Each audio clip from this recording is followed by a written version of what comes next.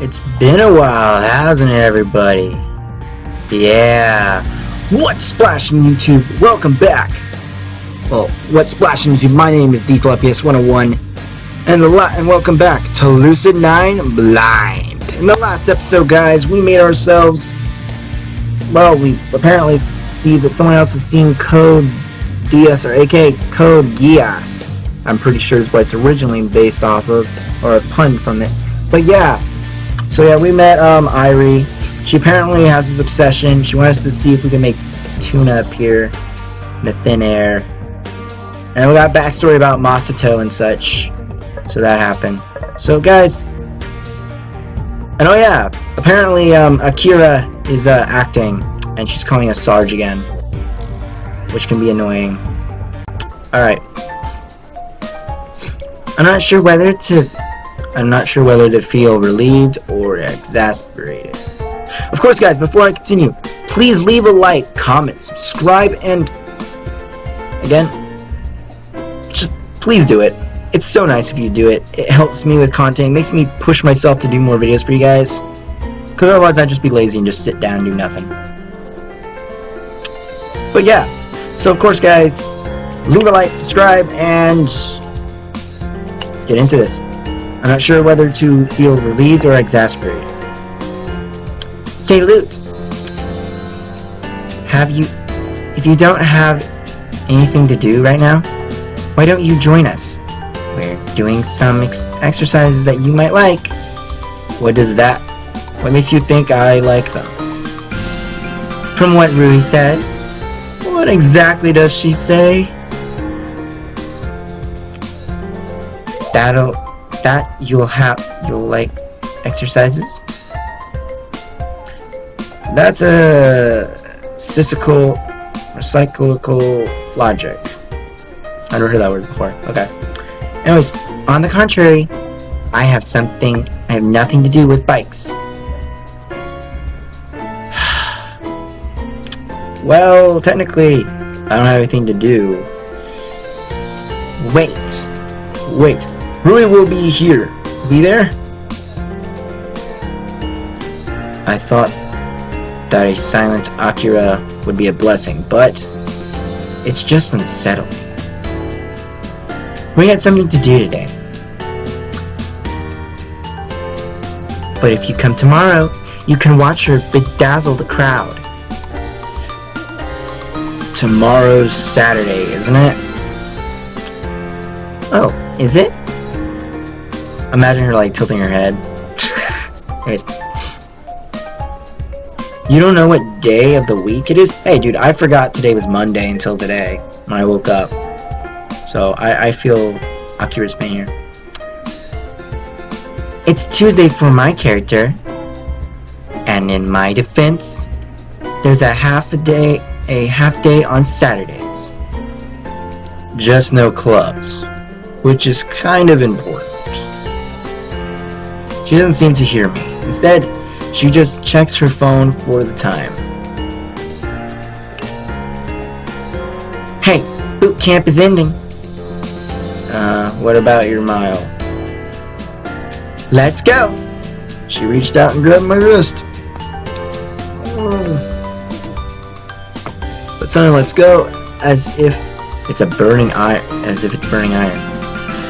I stood in the question looking. Sorry, I have to pump my neck, guys.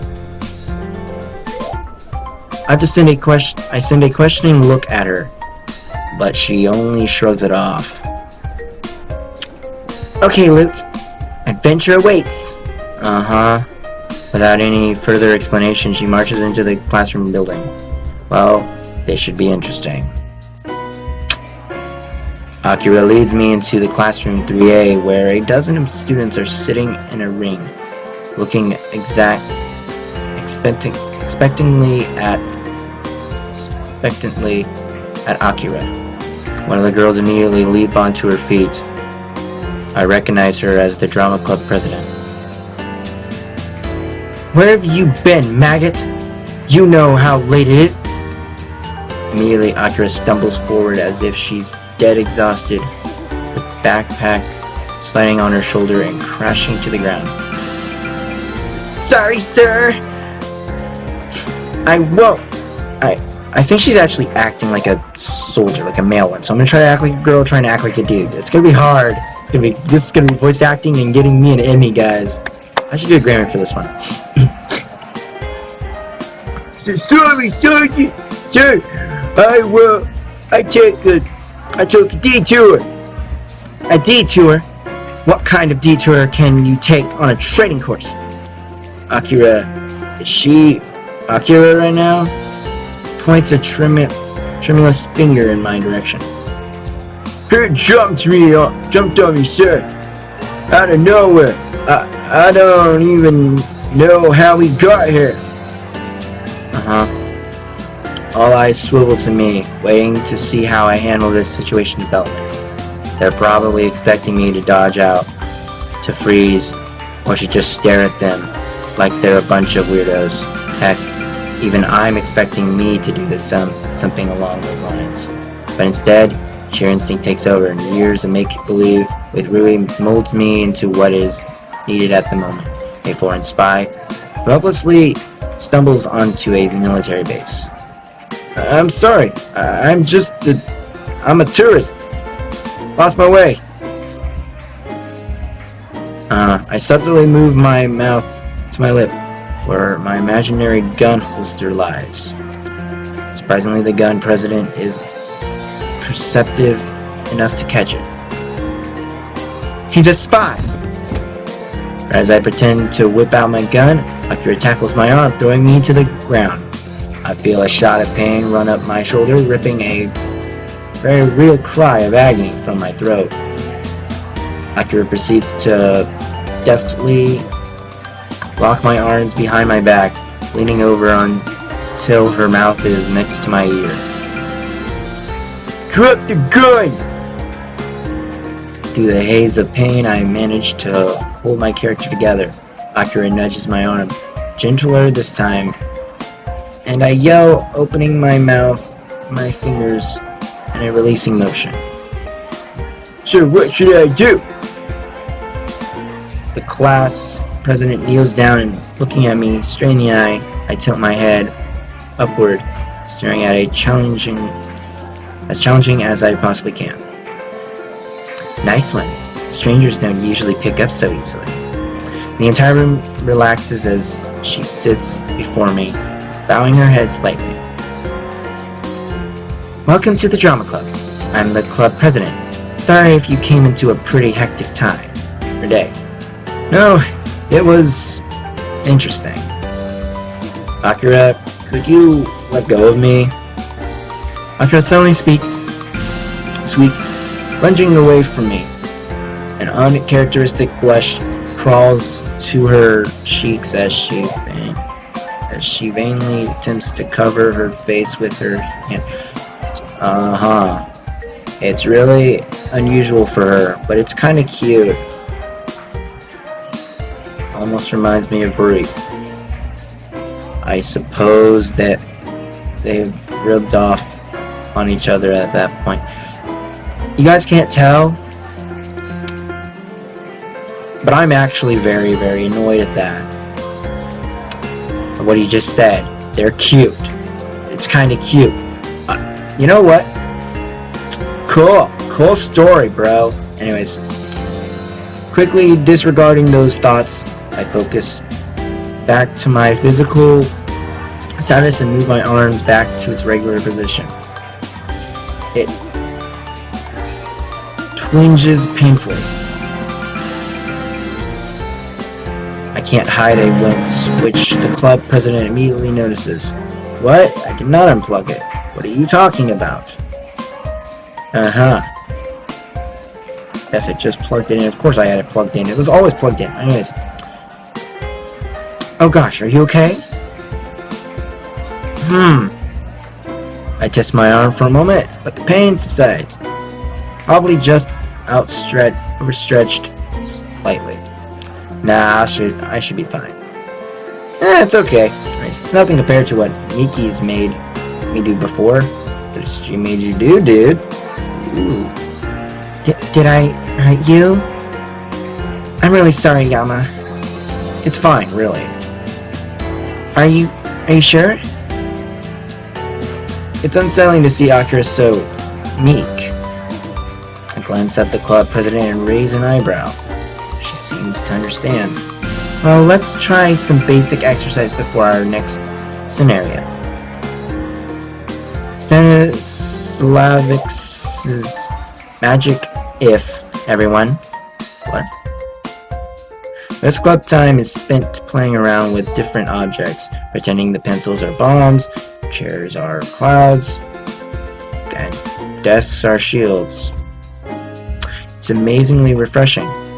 I'd almost forgotten how fun it was just to put everything aside and enter a completely different world. I have that every day, being autistic and all. Fact, yes. Even when the club's been dismissed, I feel a sense of lightness that I haven't felt in a long time. Hey, Akira. I did the right voice, okay. Akira pops up next to me and now returns to her cheery self. Hey, where are you headed? Home.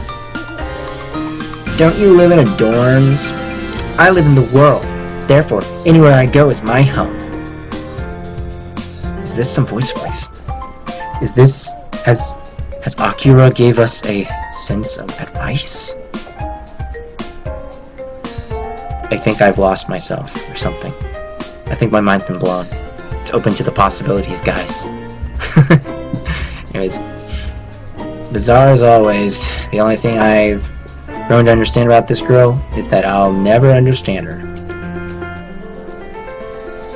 I have my eyes closed in happiness for that. Right. Seriously, where are you going?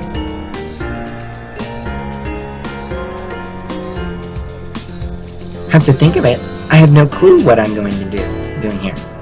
Catch you later, Luke. See you later. And without any further explanation, she skips away. I shrug off my confusion, accepting it was a norm when one speaks with Akira, and head back to my apartment. Except, something stops me at the entrance. By this time, all the students are living it up in town, or doing it nobody knows what in the school rec center. Nobody just hangs around around the entrance. For most, the barred gates and curfew are just another sign of the restriction instituted by helicopter parents. But beneath the shade of a tree is a far corner. I catch a sight of two figures facing each other with hands on hips. I inch forward. The figures are none other than Misaki and Rui, immersed in conversation. Must you keep ignoring me, Rui? Because you've been gone for 4 years, Misaki? We didn't know where you went, and even why you had to leave. All of these years, Yama and I were left in the dark. For all we knew, you could have been dead. Oh, she's not wrong, Misaki. You did kind of leave abruptly.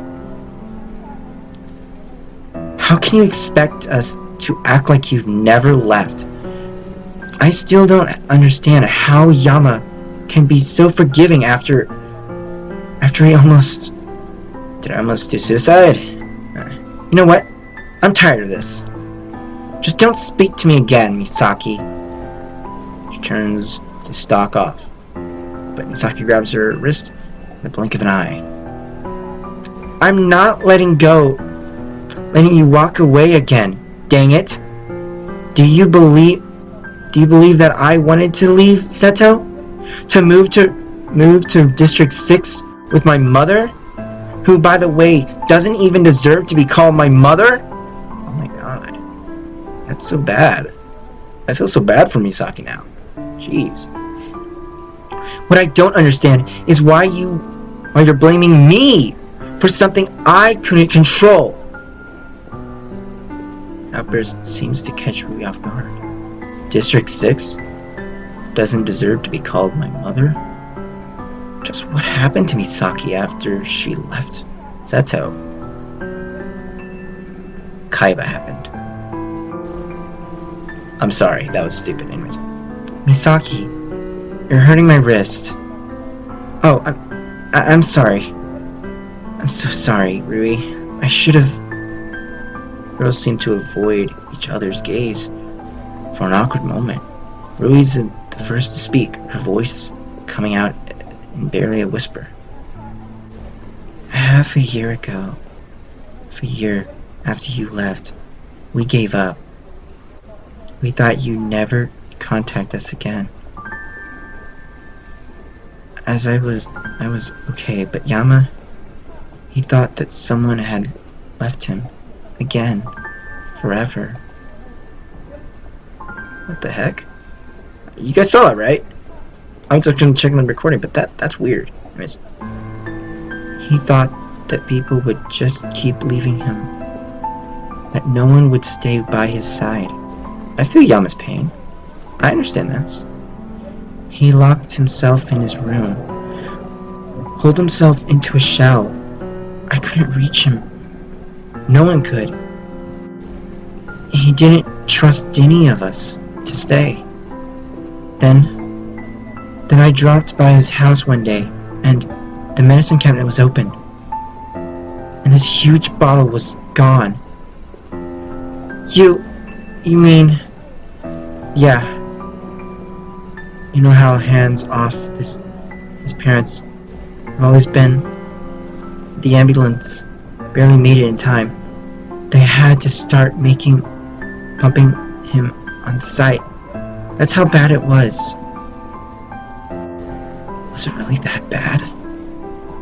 Yama, you did suicide? Oh god, I am so compelled. You guys don't know this, but this is gonna be coming out in the blue, but I've been in Yama's shoes, not doing medicine. I grabbed a belt and was about to strangle myself. Man, I relate to you, Yama. Oh my god. I understand. That's... So Rui blames Misaki for that. I mean, that's not right, but... Man, that's sad. So, understand why I was so upset? I had no idea. Rui. Just where were you, Miki? Why couldn't you have just... Rui breaks off and covers her face with her hands. Misaki's expression crumbles. She hesitantly reaches towards Rui. Rui promptly kicks her in the shin. Dummy Miki! Why did you take so long? Yow! Why weren't you there for Yama? Why weren't you there for me? Because Rui, you can't blame Misaki for Yama being so upset. Like, yes, she left, but you gotta look at it in her point of view. Her mother made her go. If that's the case, then her mom took her. It's not something she could control. Come on, Rui, you gotta be more respecting for that. That had nothing to do with Rui. I mean, Misaki. Misaki didn't do this on purpose. Oh my god. I've been in the shoes where someone literally was like this.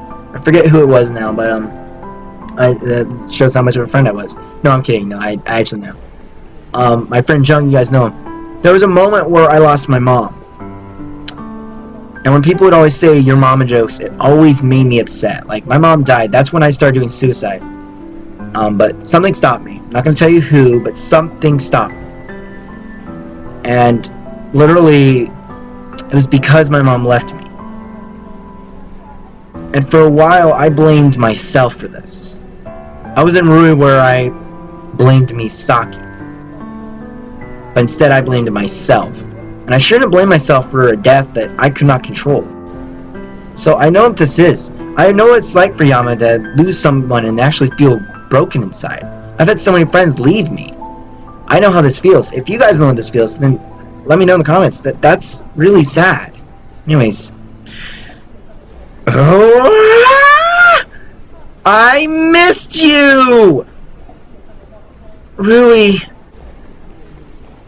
And now they're draped against each other, sobbing like newborn children. What just happened? Life, kid. I quietly inched away from the scene, feeling the sudden sense that they need privacy. Good boy. At least they made up. Well, from the looks of it, it almost seems like Rui was just really overwhelmed from keeping secrets. My memory of that day is very faint, but hers must be crystal clear. Her terror, her anguish, when she stumbled on me, must have been festering inside her all these years, because mentioning anything could have sent me over the brink. She always had to make fake smiles, put me first, pick me up when I fell down. Something itches in the back of my mind, a weird kind of dizziness threatening to overcome me. I force it back until I can become more detached. I really don't want to think about that time, but thankfully I can suppress it for now. But Rui, she was never one to hide away from her feelings. She faced that pain full force. Little wonder that seeing Mickey again had brought all that to the surface. And Miki, she said she moved to District 6 with Satomi. Something she hadn't told me when I first saw her 2 days ago. Why would she resent her mother so passionately? Also, why would they move to District 6, the most poverty-stricken area of Isamu? It certainly makes me curious, but then again, it's really none of my business. At least she and Rui are friends again. So maybe now the three of us can go back to the way we were. Well, hopefully, man. That's gonna be a lot to go through before you can do that, though. Like, friendship doesn't just work overnight, man. It doesn't work that way. Anyways. But sometimes it can, sometimes it doesn't. Who knows? I can't hide a smile as I lounge against the couch after whipping some dinner, replaying the exchange in my head. I'm glad they've made up. Really glad. Somehow, it feels like a big burden has been lifted off of me, even though I technically had nothing to do with the argument. And now I'm getting all sappy. Let's see. What should I do today? I don't want to do Governmecker. But if I don't watch Governmecker, I don't think I'm going to get a good ending. And I want to have a good... I know this has a good ending somewhere. Anyways. Heck. Why not?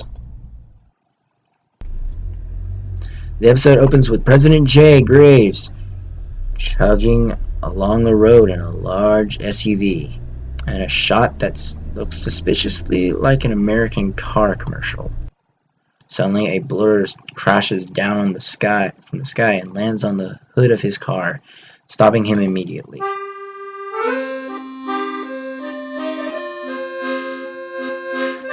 we have to have now France involved in this? If French doesn't hate America enough, now I'm showing this off. Why? I knew I was going to regret it. Stop right there, Monsieur.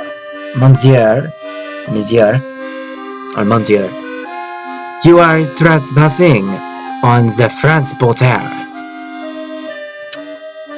President Graves steps out of his car, coming face to face with a teen in a striped shirt, red scarf, floppy beret, and a thin, twirled mustache. Who is this pretentious buffoon? And what business have you in stopping an Ackerman? I am Diamond France, leader of the 1865 resistance. Francais answers to me, and me alone. This instruction is punctuated with very sudden passage of out-of-tune accordion. You can order France around all you like, but I'm a proud Ackerman. I don't know what this is. I don't know what this word means. I don't care. It's supposed to be American. I know it is. Anyways. We have natural rights and liberty, and nothing can hold us down.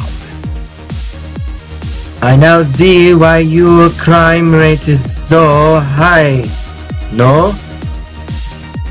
Are you insulting my freedom? Enough, government! Not so fast. Diamond France suddenly reaches into his beret and pulls out a whip. How'd they fit that into a hat? Are you really questioning this? On the hat part, anyways. You may have your little toy, monsieur. But nosing can defeat my whip. You think that pansy little whip can take over government? This whip is what keeps my team of visual novel writers, I mean my millions of countrymen in line. So do not underestimate. I thought for a second I lost connection. Anyways.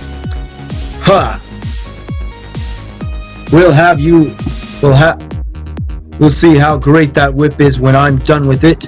Government, mobilize! I surrender! Before Government can even chuck on the scene, Diamond has whipped out a white flag out of his beret and is frantically waving in the air. You... what? Already? We French.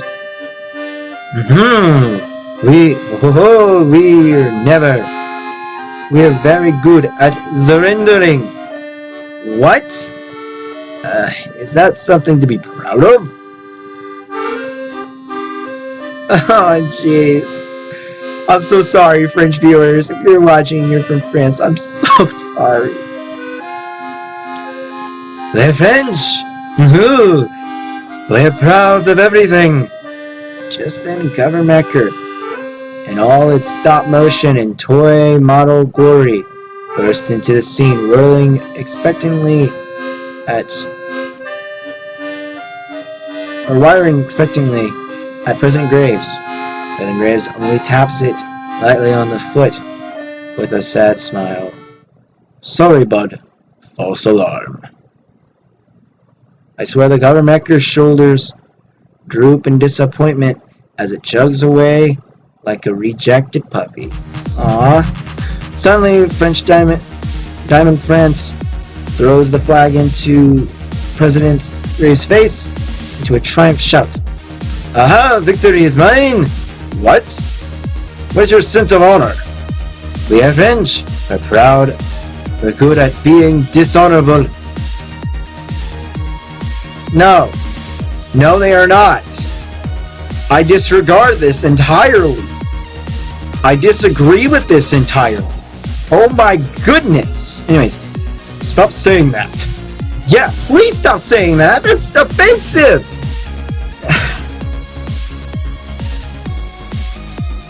Then we shall proceed, nun. Come, robot in English. Let us wreak havoc together. Dramatic spins. Rave claps his hands and ears. Government mobilize! As Diamond Francis' robot oozes into the form like some abstract French art film, Governmecker tears onto the screen with a renewed vigor, but Diamond France lashes out his whip as it knees, causing it to flop onto the ground. Ha! Your little pet is no match for France, no? We'll see about that. He leaps into the cockpit as Governmecker jerkily pulls itself onto its feet.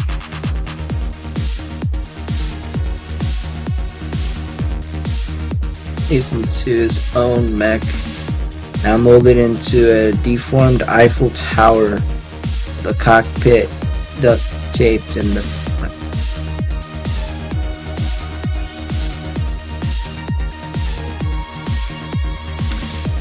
Prenez casales étrangers. I hope I didn't offend you guys. I'm so sorry. Anyways. Speak English, heathen! The mechs crash against each other, swinging metallic limbs haphazardly as French Diamond opens his cockpit, tossing strange objects at President Graves. Bacuete of destruction, eclairs of elimination, final croissants. Are these pastries? Ha! They're no match for Full House chocolate chip cookies. Full House. I'm cringing, guys. As the French pastries harmlessly bounce off Governmecker's armor, President Graves chucks back his own weapon. It probably explodes into 100 other chocolate chip cookies.